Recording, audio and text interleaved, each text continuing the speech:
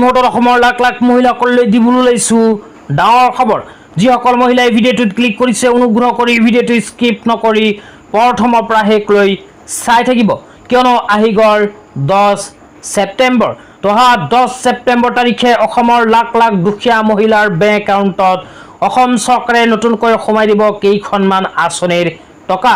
লগতে আত্মসহায়ক গোটৰ মহিলাসকলৰ বেংক একাউণ্টত 10,000কৈ টকা সোমাই দিব নেকি যদি জানিব বিচাৰে অনুগ্ৰহ কৰি ভিডিঅ'টো স্কিপ নকৰি প্ৰথমৰ পৰা শেষলৈ চাব আৰু মোৰ চেনেলত নতুন হ'লে চেনেলটো ছাবস্ক্ৰাইব কৰি মোৰ লগত থাকিব। তো বলক ভিডিঅ'টো আৰম্ভ কৰি এই বিষয়ত আমি বিস্তাৰিত জানি লওঁ। তো আপোনালোকে মোবাইল স্ক্ৰীনত চাব পাৰিছে এনেকৈ এখন আপডেট ইতিমধ্যে আমাৰ হাতত আহি পৰিছে। তো ইয়াতে লিখা আছে মাননীয় মুখ্যমন্ত্ৰী ডক্টৰ হিমন্ত বিশ্ব শৰ্মাৰ নেতৃত্বাধীন অসম চৰকাৰে আৰ্থিকভাৱে পিছপৰাসকলৰ বাবে আৰ্থিক সুৰক্ষা নিশ্চিত কৰাৰ লক্ষ্যৰে প্ৰতি মাহৰ 10 তাৰিখ দিনটো পেঞ্চন আৰু অৰুণোদয়ৰ দিন হিচাপে নিৰ্ধাৰণ কৰিছে। ইয়াৰ অধীনত প্ৰতি মাহতে অৰুণোদয়ৰ পৰা আৰম্ভ কৰি বিভিন্ন পেঞ্চন আঁচনিৰ টকা হিতাধিকাৰীসকলৰ বেংক একাউণ্টত অসম চৰকাৰে সোমাই দিয়ে। তো ইয়াতে কোৱা অনুযায়ী অসম চৰকাৰে প্ৰতি মাহৰ 10 তাৰিখটোক কিন্তু পেঞ্চন আৰু অৰুণোদয়ৰ দিন হিচাপে ঘোষণা কৰিছে।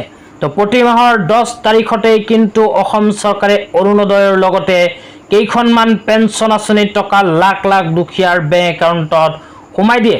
তো 10 ছেপ্টেম্বৰ তাৰিখে অসম চৰকাৰে অৰুণোদয় আঁচনিৰ উপৰিও আৰু কোন কেইখন আঁচনিৰ টকা হিতাধিকাৰীসকলৰ বেংক একাউণ্টত সোমাই দিব, লগতে আত্মসহায়ক গোটৰ মহিলাসকলৰ 10,000কৈ টকা দিব নেকি যদি জানিব বিচাৰে অনুগ্ৰহ কৰি ভিডিঅ'টো স্কিপ নকৰি প্ৰথমৰ পৰা শেষলৈ চাই থাকিব।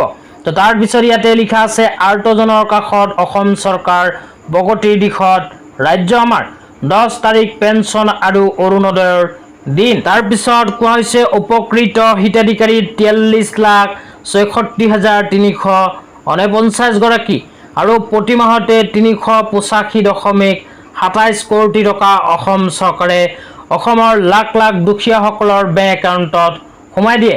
তাৰপিছত কোৱা হৈছে ইন্দিৰা সৰ্বজনীন বিধৱা পেঞ্চন আৰু দীনদয়াল দিব্যাংগজন সাহায্য আঁচনি কিন্তু এতিয়াৰ পৰা অৰুণোদয় আঁচনিত অন্তৰ্ভুক্ত হৈ গৈছে।